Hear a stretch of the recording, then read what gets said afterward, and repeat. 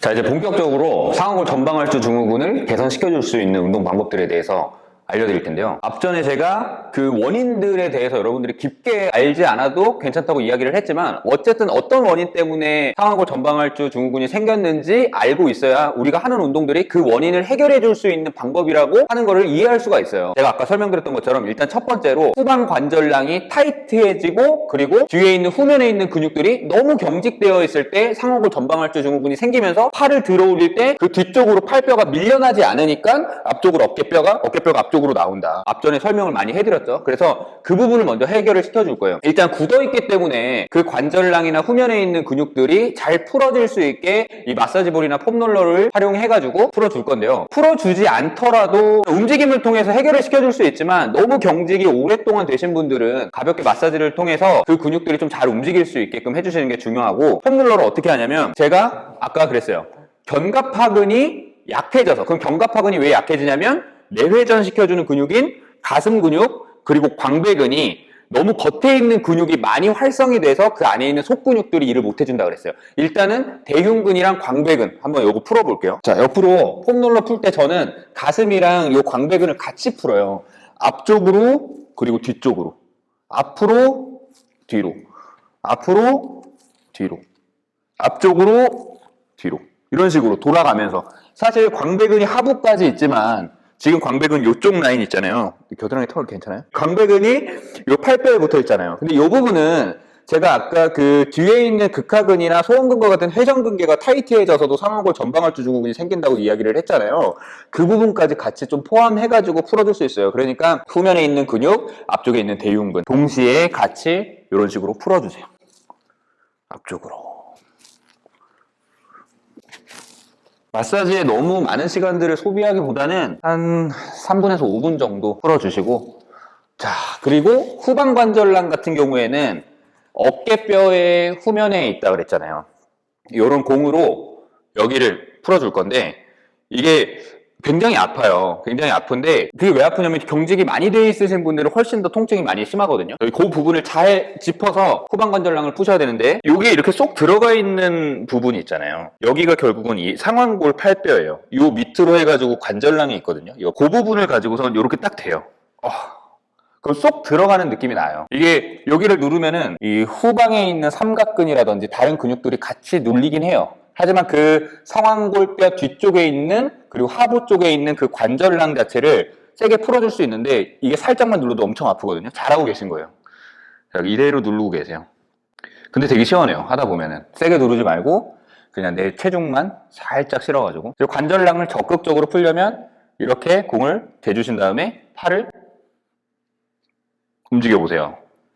그러면 아까 얘기했던 팔뼈, 상완골뼈가 움직이면서 그 관절량을 좀 더 적극적으로 풀어줄 수 있는 거예요. 자, 이렇게 지금 이렇게 푼 게 큰 근육들 풀어주고 후면에 있는 근육들 풀어주고 마사지 공으로 관절량 풀어주고, 그 어깨가 훨씬 더 편안한 느낌이 많이 들어요. 팔이 올라갈 때 아까 얘기했던 것처럼 이 팔뼈가 이렇게 돌아갈 때 여기가 잘 밀려줘야만 팔이 잘 들어주거나, 그리고 이렇게 올라올 때 어깨가 이렇게 빠지시는 분들 있죠. 다 뒤에서 못 밀어주니까 그런 거거든요. 그러신 분들이 팔이 올라갈 때 편안하게 올라갈 수 있을 거예요. 근데 여기서 끝내면 안 돼요. 마사지는 그냥 단순히 초반에만 풀어주는 그런 역할을 해주거든요. 결국은 관절을 직접적으로 움직여서 운동해줘야만 해요. 자, 첫 번째로 기본적인 슬리퍼 스트레치. 이게 상하골 전방활주 증후군이라고 검색하면 이 운동이 다 나와요. 근데 이게 내회전을 해주는 이제 운동인데, 어깨를 내회전할 때 후방 관절량이 같이 풀리면서 내회전이 돼야지 내회전이 잘 돼요. 그래서 이 운동은 슬리퍼 스트레칭. 왜 슬리퍼 스트레칭이냐면 잠자는 사람처럼 어깨가 이 바닥에 몸통이 일직선, 그리고 팔꿈치랑 어깨랑 같은 선상에 놔주시고요. 손목 잡은 다음에 천천히 팔씨름하듯이 지그시 눌러주세요. 이때 중요한 거는 안 된다고 어깨가 올라가면서 이런 식으로 가지 않고 어깨가 바닥 쪽으로 좀 눌린 상태에서 어깨가 내회전될 수 있게 이렇게 만들어주세요. 지그시 눌러만 주세요. 지그시 눌러주세요. 그러면 이 어깨 관절에서 통증이 심하면 안 되고 뭔가 이렇게 늘어나고 있는 느낌, 또는 이 후면이 늘어나는 느낌이 나시는 분들도 있을 거예요. 통증이 심하지 않은 정도에서 천천히 눌러서 10에서 15초 정도 이렇게 또 힘 빼고 잠깐 쉬었다가 뭐 방법은 여러 가지예요. 이렇게 눌러서 정적으로 해주셔도 되고 하나 올리고 둘 올리고 셋 이런 식으로 풀어주셔야 되고 가장 중요한 거 가면서 욕심내서 전방활주 증후군을 오히려 만들어버리면 안 돼요. 그러니까 내회전이 잘 안 되면 전방활주가 되는 거예요. 결국은 내회전이 잘 돼야 되는데 그게 아까 얘기했던 여러 가지 그런 원인들 때문에 그렇다. 일단 이게 첫 번째예요. 수동적으로 할 수 있는. 두 번째, 난이도를 조금 올릴 거예요. 내회전을 어깨선상 만들어 놓고 자 여기서 이제 스스로 가요. 스스로 어깨뼈 나오지 않게 나오면 요거예요. 이렇게 나오면 안 돼요. 저도 오른손이 내회전이 좀 더 안 돼요. 왜 안 되는 쪽을 내가 했지? 좀 더 잘 되는 쪽으로 하면 좋았을 텐데. 자 이렇게 가서 다시 돌아와요. 지그시 다시 돌아와요. 외회전은 바닥이랑 90도 이게 외회전 범위인데 내회전은 많이 안 돼요 원래. 저 바닥까지 이렇게 가면은 어깨뼈 튀어나오죠. 여기서 천천히 다시 천천히 밑으로 눌러요. 다시 천천히 이런 식으로 운동해 주는 거예요.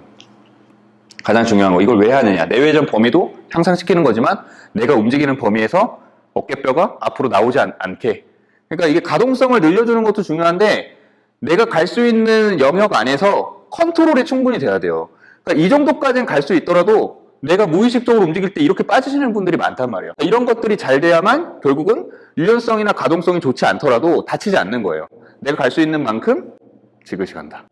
자, 이렇게 뭐 10회 정도씩 반복해 주시면 되고 이제 일어나서 한번 가볼게요. 또 더 어려운 단계. 상완골 전방활주 증후군의 핵심은요. 내회전이에요. 내회전. 자, 벽에다 붙일 거예요. 벽에다 다리를 조금 더 앞으로 내밀어서 자, 이렇게 가서 여기서 이번에 여기서 컨트롤. 좀 더 상체가 들려 있고 바닥이랑 이제 떨어져 있기 때문에 훨씬 컨트롤이 잘 돼야 돼요. 이것도 마찬가지로 어깨 튀어나오지 않게 천천히 다시 올리고 여기서 욕심내면 요거거든요.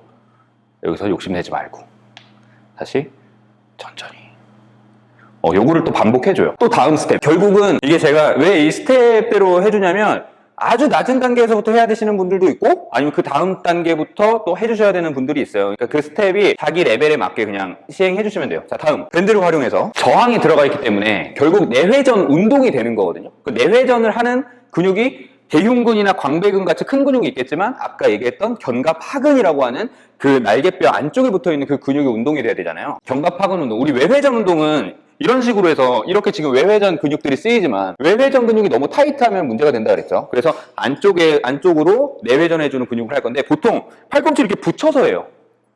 다 좋아요. 다 좋은데 내회전 할 때 광배근도 쓰인다 그랬죠. 근데 광배근이 이렇게 팔을 붙이면 광배근에 힘이 들어가요. 그래서 살짝만 떨어뜨려요. 그럼 광배근이 풀어져 있거든요. 살짝 광배근이 풀어져 있어야 되고 여기서 컨트롤하면서 하나 천천히 둘 천천히 우리 속근육 같은 경우에는 천천히 해야지만 더 그 근육들이 활성이 많이 돼요. 여기서 막 이렇게 운동하시는 분들 많잖아요. 물론 어떤 운동을 하느냐에 따라서 준비 운동이 조금 강하게 들어갈 수 있겠지만 어떤 교정이라든지 컨트롤의 목적을 가지고서 운동을 해야 되는데 가면은 그냥 다 빠져버리는 거예요. 아까 얘기했던 것처럼 이두근 막 앞쪽으로 밀어내고 천천히 되게 집중해서 내 관절이 그 궤도를 정확하게 머릿속으로 인지시켜준다는 느낌으로 가는 거예요. 천천히. 어깨를 이렇게 만지면서 가도 돼요. 빠지고 있는지 확인하는 거거든요. 전방 활주가 있으신 분들은 어깨 되게 잘 빠져요. 모든 움직임에서. 자, 오케이. 자, 그리고 팔을 바깥쪽으로 벌렸을 때, 그러니까 결국 푸시업 할 때, 외전할 때 전방 활주가 많이 생겨요. 외전한 상태에서 또 내외전 컨트롤 한번 해볼게요. 자, 잡아놓고 내외전 컨트롤 하나. 이때 많은 분들이 상완골, 팔뼈의 움직임을 컨트롤 못해서 되게 많이 이렇게 밑으로 내려요. 팔꿈치 위치를 같은 선상에 유지를 시켜주고 움직여주세요.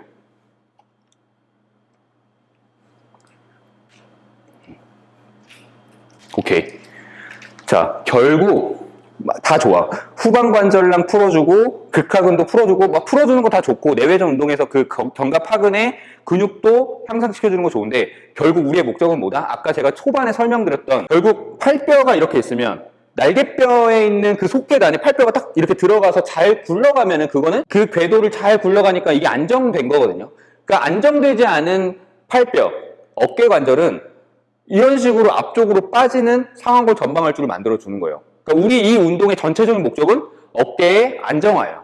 어깨의 안정화가 되려면 아까 방금 제가 얘기했던 그런 여러 가지의 조건들을 다 갖춰줘야 된다. 뭐 후방관절량이 느슨하게 잘 이렇게 움직여주거나 아니면은 뒤에 있는 근육이나 앞쪽에 있는 근육들의 밸런스가 좋아야 되고 또 내 뇌에서 내 관절의 움직임들을 잘 컨트롤할 수 있게 그렇게 만들어줘야 된다. 그러니까 우리가 운동하면서 뭐 이렇게 횟수라든지 운동 세트라든지 이런 것들은 많이 컨트롤하지만 속도를 컨트롤하는 걸 되게 잘하셔야 돼요. 속도를 천천히 하시면 속근육들이나 어깨 안정화 근육들이 굉장히 많이 활성됩니다. 관절의 안정화 근육들이. 그래서 속도를 천천히 한번 해보세요. 속도를 천천히.